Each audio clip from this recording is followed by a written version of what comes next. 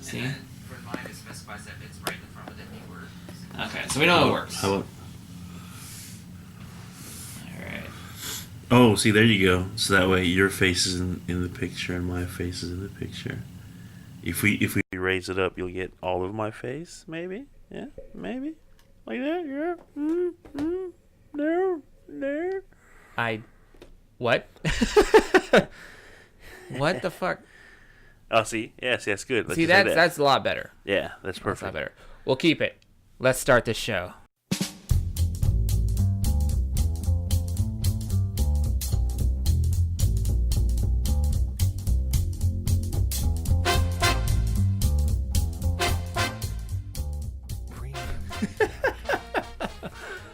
Now you guys get to see my face when I do stupid shit. Yep. Welcome, everybody, to the podcast about nothing and everything entertainment. Welcome. I'm your host, Matt Ram. And I'm Phil Stop. All right, and as you can see here, we're a lot more clear. And that's all thanks to Phil Stop bringing in a real camera. A Sony camera? As opposed to, yeah, as opposed to using my cell phone. A Samsung phone? Samsung, if you somehow come across this episode, we can really use that sponsorship. Yeah, Sony too. PlayStation 4. So this episode, we're going to go ahead and we're going to be actually talking about Suicide Squad. As we talked about in our last one, we were on about Batman vs. Superman. And we talked about how just the minor details on Suicide Squad, especially when it came to the Joker. This time around, we're actually going to go a little more in depth with it. For those of you who have not seen it, just another heads up. Spoilers. Watch it.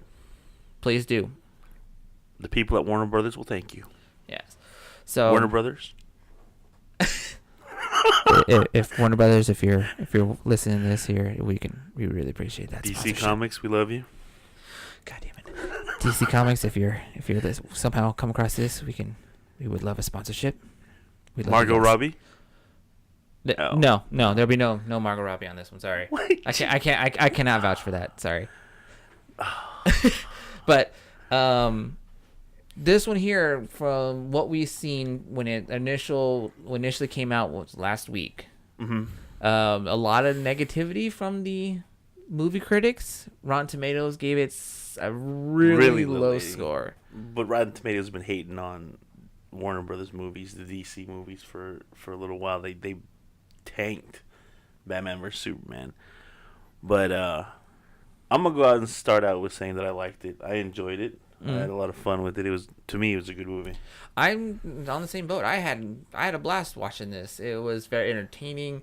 It was, the action in it was great. The character choices were on point, in my opinion.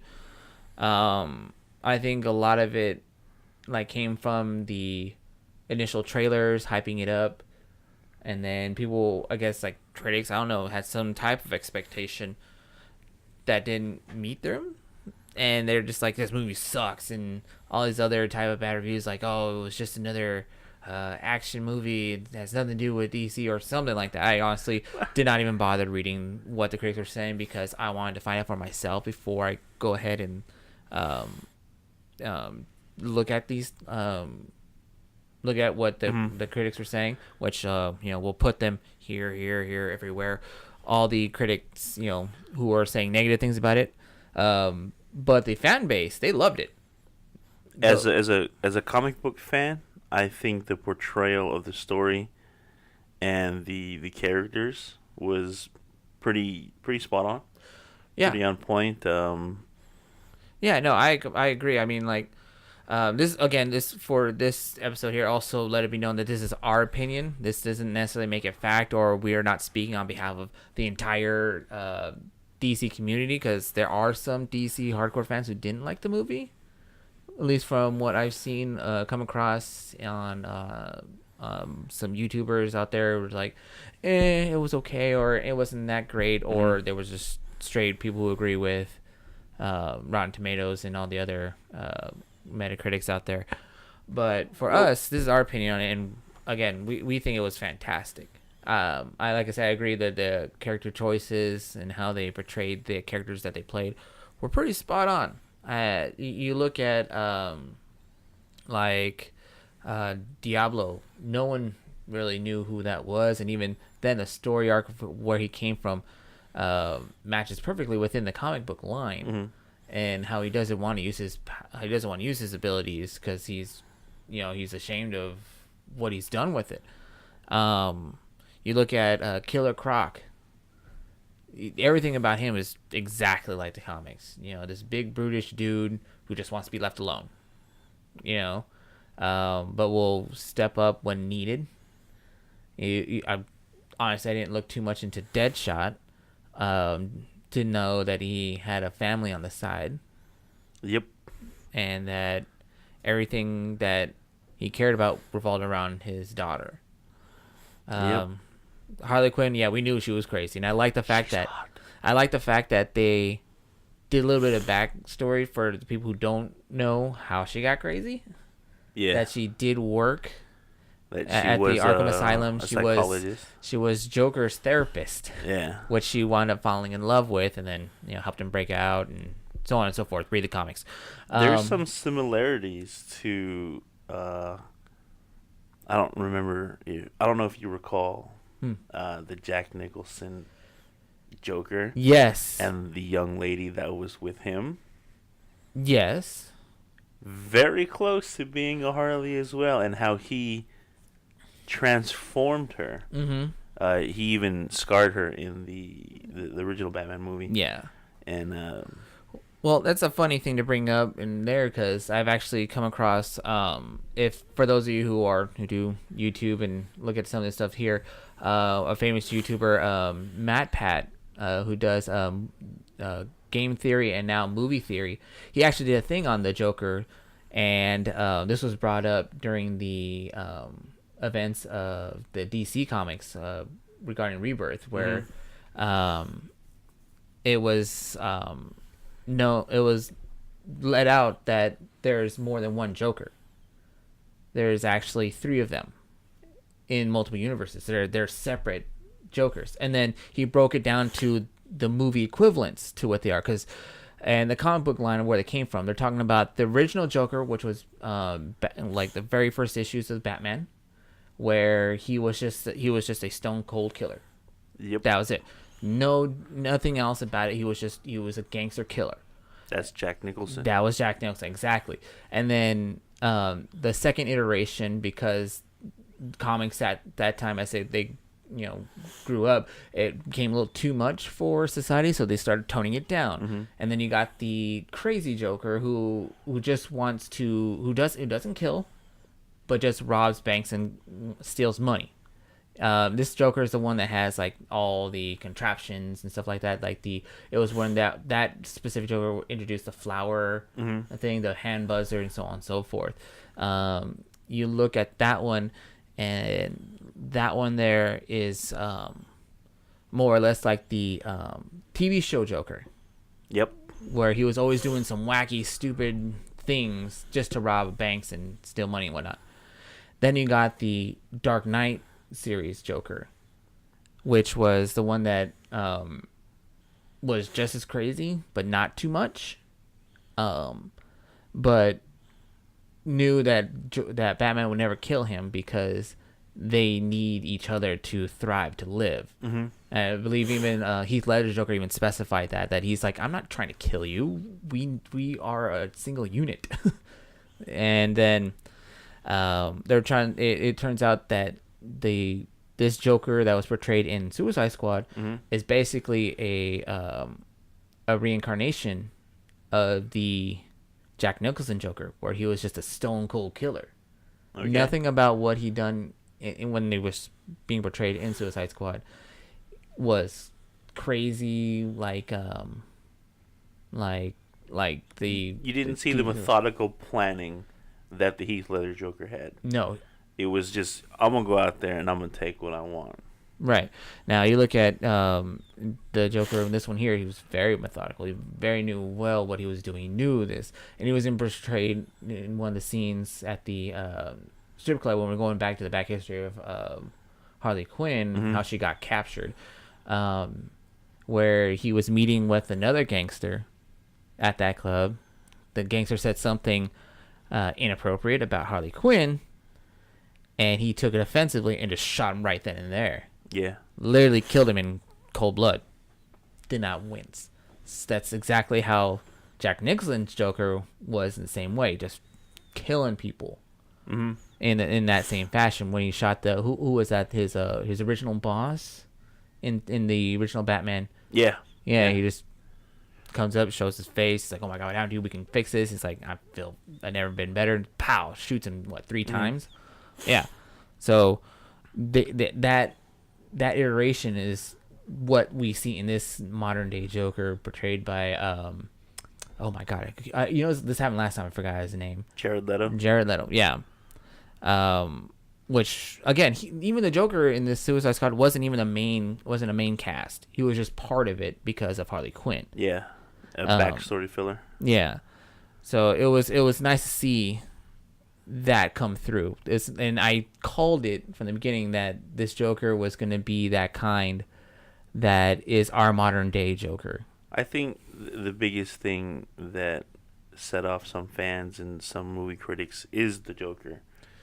Right, because this is a Suicide Squad movie, so it should be about the Suicide Squad. Right. And I'm gonna turn and look to you guys for this one because there's gonna be a lot of stuff. I'll look for you. Go ahead. No, you can look at the camera too. Go ahead. Have your sensual moment. This is about the Suicide Squad, so the Joker shouldn't have played a large role in it. It should have been just a backstory filler for Harley, and Joker has a lot of fans, and I think they were the ones who felt like he needed a bigger role. He needed to have a larger presence. Yeah, a larger presence in the movie, but it's not about the Joker. He was not a main thing. What made people think he was going to be a main thing was the fact that it was never announced throughout any of the trailers that who the villain was going to be. Yeah.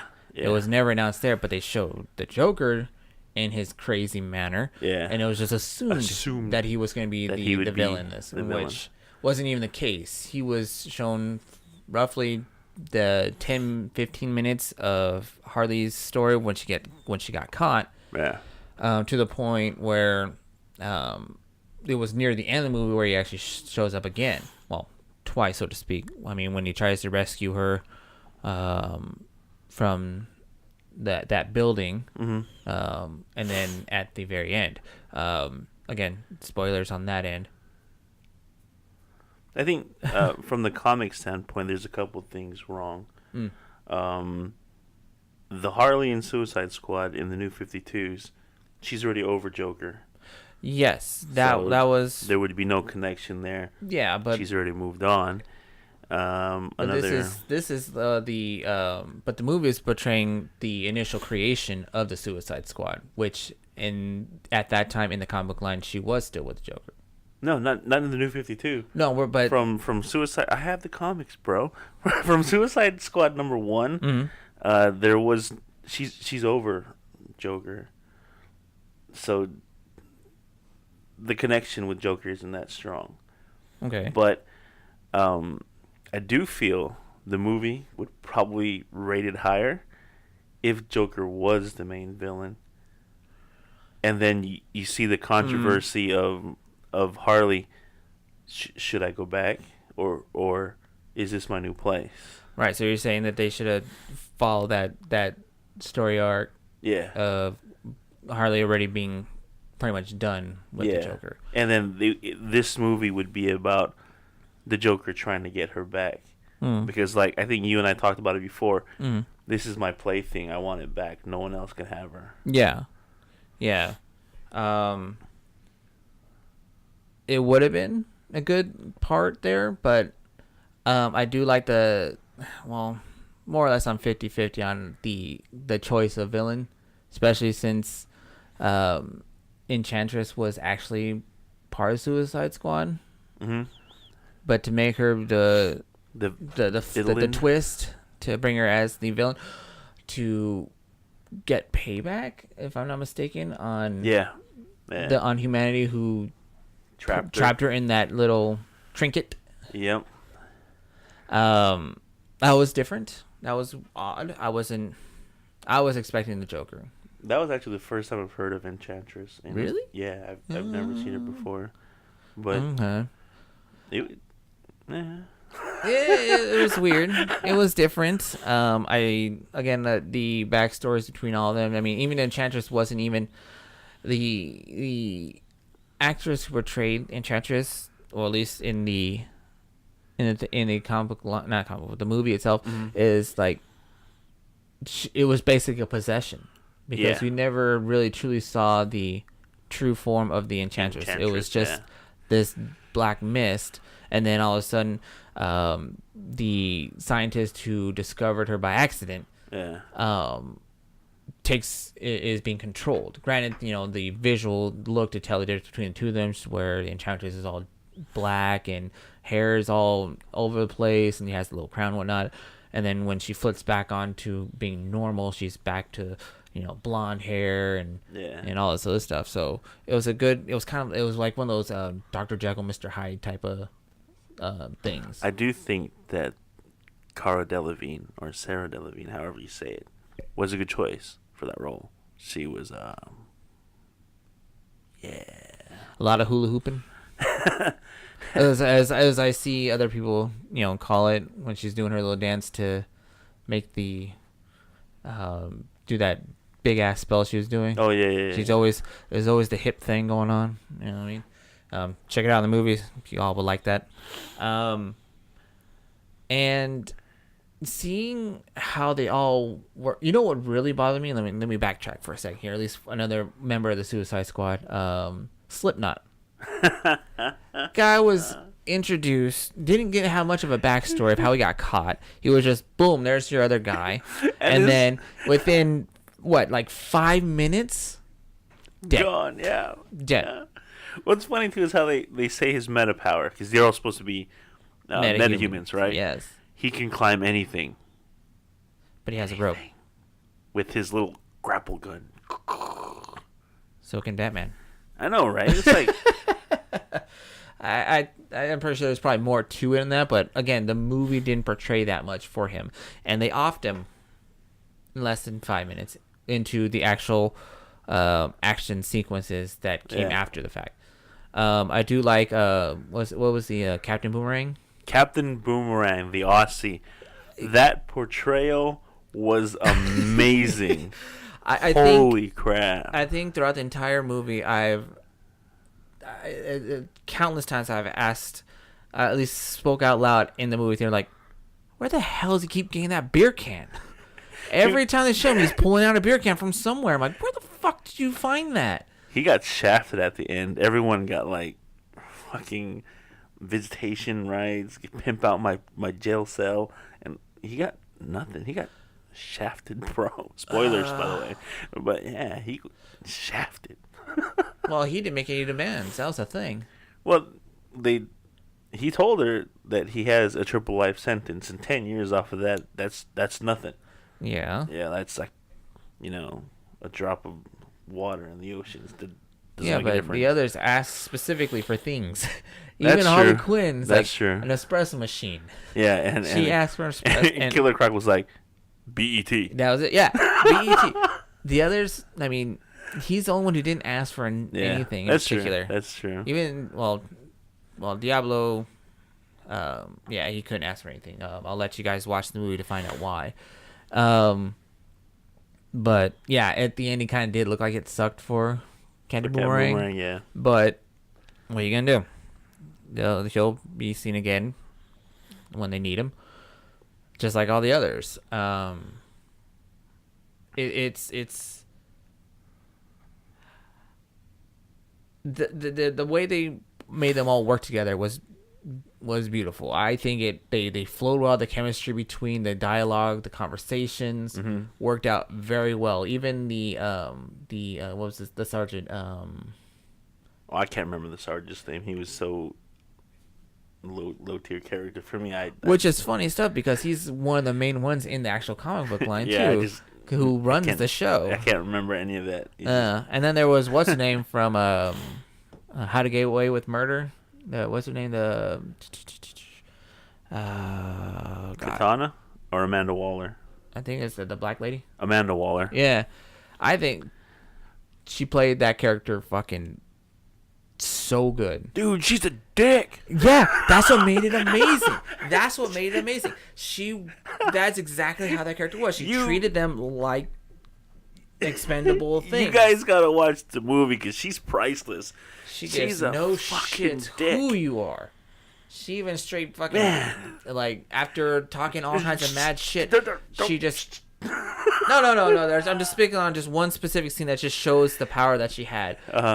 When she was talking all this crap to all of them, and then walks away, and then fucking straight shoulder checks Killer Croc like it was nothing. Like a boss. Yeah, and everyone just stared like the balls on this lady. So it's one of those things y'all just need to just watch. What was it? Was it? We could get down. Yeah. You want to get down? We could get down. Yeah, that was it. It was. She's got cojones of steel, man. The character was fantastic. Yeah, that was great. Manuel played it beautifully. When you do go to watch all the credits. Oh, I didn't. Sadly, I did not. Yeah, I didn't. I left. Oh, I left. My I know. God. I did a major, comic book sin. I'll tell you why. Right, we just talked about Amanda Waller being badass. Uh-huh. She gets handled.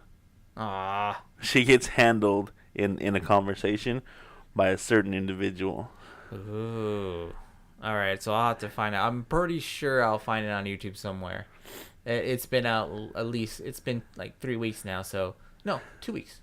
Should have been about like 2 weeks now that the movie's been out. You want me to tell? No, because everyone else can figure that out themselves. I'll look at it. Watch it. When we're done here. Yeah, I'll tell you later. Yeah, we'll talk about it later. We're not doing the show, but the synergy between the cast was phenomenal. The action sequences worked out beautifully.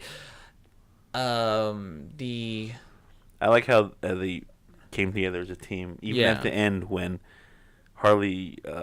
Spoilers. This is actually a pretty big one.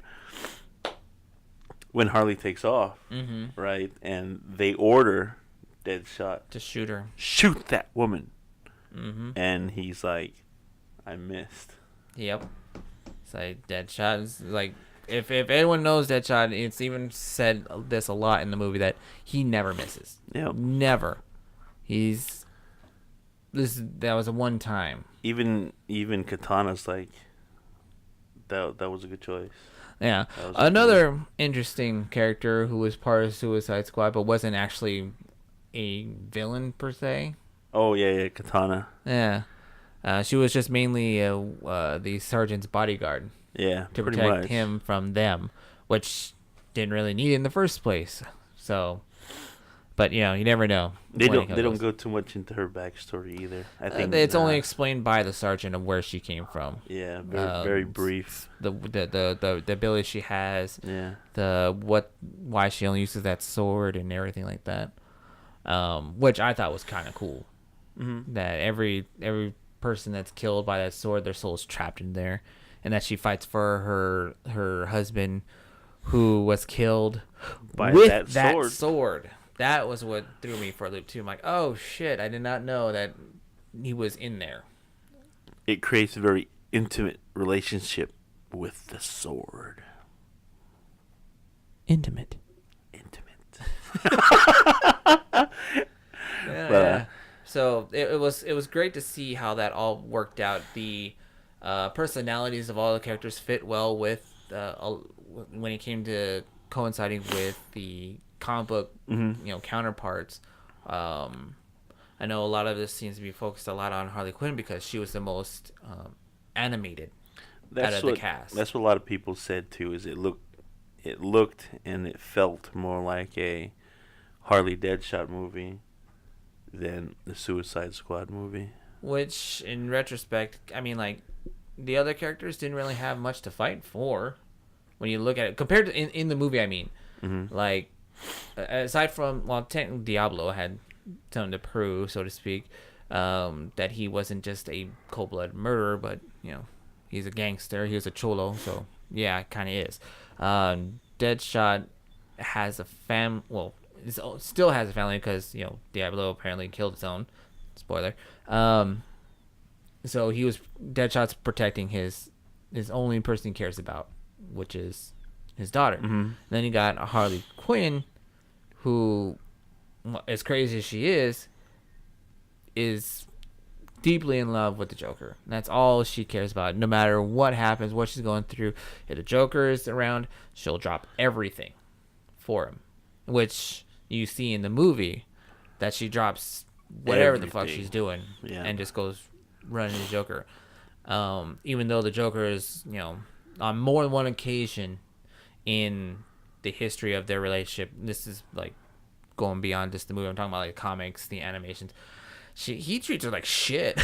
Well, even in the more spoilers, by the way. Mm-hmm. Even in the movie, he leaves her twice.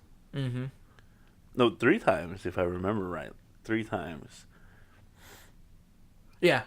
Well, no. Well, there was this one part. The second one is kind of half because he goes back. Yeah, he turned around and went back. But so that's why, again, it's things you need to see when you watch the movie itself. We're trying not to spoil it for those who haven't seen it yet. I know it's been out for a minute, but there are some people who are just waiting to see it later on when the hype is, when the crowds are down on that one. So we're trying to be as anti-spoiler as possible, but shit happens. You should probably put a big thing at the beginning of the episode. Spoilers. If you haven't seen the movie and don't want anything spoiled, then you probably shouldn't watch. Yeah, I'll figure something as far as that's concerned. We can always. But watch our podcast, especially and, our video game plays, and especially those who have big corporate like Sony and Samsung, Apple. So if you guys are watching, we wouldn't mind having a sponsorship. We'll promote you. You guys are amazing. We'll even take free drinks, Monster and Gatorade. We are rock candy controllers. We are reaching for the stars way too early in our show's life cycle right now. But it's funny. I'll take it. But yeah. So like it's their personalities again. They matched very well in this. I think another one of the negative reviews was like revolved around the actual story of what they're doing with the Enchantress wanting to take revenge on humanity, and they are doing a lot of comparisons to a lot of the Marvel movies. With the armies that the Enchantress controlled. They compared those to the Chitauri from the Avengers. The giant machine, or like this portal of some sort that's going to destroy all humanity. They are comparing that one again to the Marvel movies, like again the Avengers, with the whole bit. So it was kind of weird to see all that. I think she chose the wrong way to hurt the world. I mean, I was expecting a giant robot, but she's all like, I'm going to take your power away. I'm going to take away your satellites. I mean, come on. Well, she was using those to destroy any way that they can retaliate back to her. You know what I mean? Yeah. But I don't know exactly sure what the final plan was when that spell was complete. Yeah. It's no clue. It was never said as to what it's going to happen. Doing? Nothing was ever explained as to what's going to happen with this once it. Now I can see that after watching the movie as a movie critic, and you're looking for an epic plot with closure at the end. Yeah. You're not going to get that here because there's so many questions. Yeah, so many unanswered questions. Like, well, what the hell was going to happen? What was your plan? What was the? You're going to take away your electricity? Really? Our electricity? You're just going to demolish one part of New York, and that was it? I have no idea. You're an all-powerful, eternal being, and you just choose to take away my electricity? Yeah, just choose to EMP everything. Yeah, that'll do it. And you sucked all the knowledge out of Amanda Waller, and that's the best thing you could do is take away my electricity and my satellites? I think you need to go back to supervillain school. Oh shit. So, but again, it just leaves those kind of things there, and that's probably one of the main things there. And even I'm just like, so now what? But at its core, you need a meta to fight a meta. Right. So they grab a bunch of villain metas Right. and have them fight a meta. Yeah. So if you boil it down, then it is what it is. It's a superhero action movie. Yeah, that's what Which I was said. great. That's It was what I great. said from the get go. It's just going to be one of those things there, and it's going to be really entertaining. Those who know the comic line will get that right away, but those who just want to go see this and expect great things, in our opinion, anyway, like. Don't go in with any expectations. Just go in knowing that this is going to be a fun movie to watch. If this was a meal that you were consume and you're used to and want a gourmet meal prepared for you, this is not your meal. This is a Sonic's or a McDonald's type of movie. Yeah. Yeah. There you go. Something quick. It's satisfying. Quick, dirty, and filling. Yeah. So Sonic or McDonald's, if you're somehow watches this episode, we wouldn't mind sponsoring you guys, giving you guys some shout outs. but yeah, I mean that's what this movie is. Overall, for me, casting was good. Story was good. Yep. Plot was good, and I thoroughly enjoyed it. Right. Yeah, That's both sides of me. The comic book dude and the movie dude are like, you know what? I can appreciate this movie. It's a good movie. Yeah, no, I agree the same way. I agree that the cast is fantastic. They all had the personalities that match very well with their counterparts. Story, it's 50-50 to me. The parts of the story I like is the backstory and how they go through to the end point. Plot wise, I felt they could have done a little bit better. Something else more to it than just the Enchantress trying to take revenge on what happened to her, or at least have that be more of a stronger, feeling. You know what I mean? The way I see this also is if Warner Brothers and DC is going the same way as Marvel. This is a filler movie, so I could use that character later. Oh, I'm pretty sure they are. I mean, we already know that they're going to do multiple other DC movies. Like Ant-Man. He had his movie. It was a great movie. And then you throw him in the Avengers movie. Yeah, but people love Paul Rudd. Paul, I like Paul Rudd. Everyone loves Paul Rudd. Paul Rudd, if you're watching this episode, yeah, we love you. Keep doing a good job. So, I'm pretty sure that's what's going to happen. That now they introduce these other characters, they can now use them for other things later on. You reprise the role. Similar to what they did in Batman vs. Superman, where they introduced some of those characters. Yeah. That will be part of the Justice League when that movie drops. And then Aquaman will have his own movie, so on and so forth. So, yeah, I do believe that's what the partial thought process is on this. But again, like I said, it's the storyline is a 50-50 on me. It's good, but it's not great. Yeah, I agree. Well, it was good. Costume wise, at least how they portrayed them, I liked it. I liked what they all had going for them, though. It really matched their own personalities and it matched what their character is, so that worked out very well. And I'll say this, I'm probably one of the few people who will say it, but I love the Joker in this movie. I liked how he's portrayed. I liked that new age punk look to him. Even then, he's not when they initially showed the posters and all this other stuff with him all tied up. Most of the time, he has a goddamn shirt on, like a long sleeve shirt, and he's dressed to the T. Here's my fan theory about the Joker. Though I do love that grill. That grill of his was fucking legit, and that tattoo on his hand. Of the smile. Yeah. That I loved. That was fucking epic. Because in the new 52s, when Batman and Detective Comic #1 came out, the Joker was slightly mentioned, but they cut off his face. Oh yeah. I remember that. And the Joker got away, so he could be anyone. He could look like anyone because he doesn't have his face. Yeah. I remember and then seeing even that. Harley went to the precinct that supposedly had his face to steal his face back.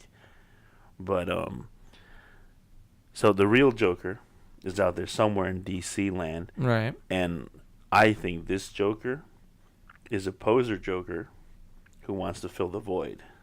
Really? That's why Interesting. he's younger, bolder, and doesn't really care how society looks at him. I mean, he has his henchmen dressed as fucking sharks and shit and pandas and shooting out fucking. That was pretty funny. Yeah, so he doesn't care. Whereas, if you look at the previous Batman movie, Heath Ledger, his Joker, they stuck to a clown motif because the Joker was heavily scarred. Right. See, but the thing again, this is going back to the very beginning when I talked about the Jokers. the 3 Jokers Yeah. that do exist. That's actually canon. There are 3 separate Jokers in the DC comics that are not just one entity split into 3 different ways here. Actually, no, I take that back. Yes, it is because of that. Thanks to the Flash and Flashpoint causing that rift. Way to go, Flashpoint. Yeah. Oh, we talked about this Yes, too. we did in talk the, about in this the in the last Dawn of Justice Yes. episode 2, where Where Flash the Flash really fucked things up with his in the Flashpoint comic line, thing. yes, yeah, the Flashpoint just- fucked it all over to an extent, but yeah, because of that, it's canon that there are 3 separate Jokers out there, and then they are in those same different. That's a terrible Different styles, Yeah. different types of villainy. thing. Correct. Like I said, we got the Jack Nicholson / Jared Leto, where it's just they're stone cold killers. Yeah, Then you got Cesar Gadget- Romero. the gadgetry, I don't really care. Yeah, the type of, comic, the comedic, just stealing money, Joker, and then you got Heath Ledger's Joker, who does do these grand scale, atrocities. He's but the anti-Batman. Exactly, that's the word I was looking for. The anti-hero. anti-Batman. Yeah, the anti-Batman, where it's like they're not going to kill each other. Joker's not trying to kill him at all. I think he even says that. Yeah. To the Dark Knight in the movie. He's Yeah, like, when he was arrested and he was in the why jail would cell. I kill you? Mhm. I need you. Yeah. Yeah, so it was that yin and yang type of thing. Ultimate evil against ultimate good. I Mhm. like that type of controversy. Yeah. there. So that's why that was why I say there are 3 Jokers, and that the Jared Leto Joker isn't necessarily a poser, but he is just that one of the 3, and he's just a stone cold killer. And that's just my 2 cents on it.